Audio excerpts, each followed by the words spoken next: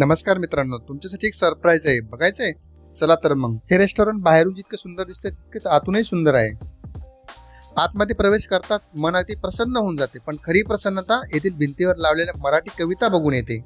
होय, नवी मुंबईतील घनसोली येथील हिंगणे बंधूंनी माय मराठीविषयी अशा वेगळ्या प्रकारे प्रेम दर्शविले.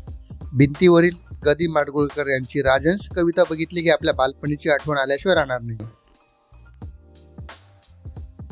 तर दुसऱ्या बाजूला शांता शेळके यांची शूर आम्ही सरदार कविता वाचून अंगावर रोमांच उभे राहते.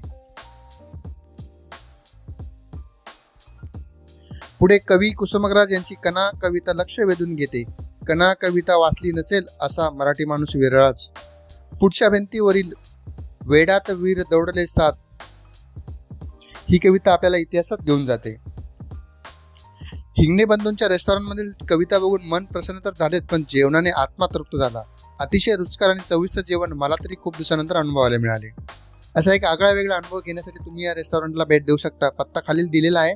हे पेड प्रमोशन नाही बरं का, जेवणाचे पैसे आम्ही दिलेत. चला भेटूया पुढच्या ब्लॉगमध्ये. Bye bye.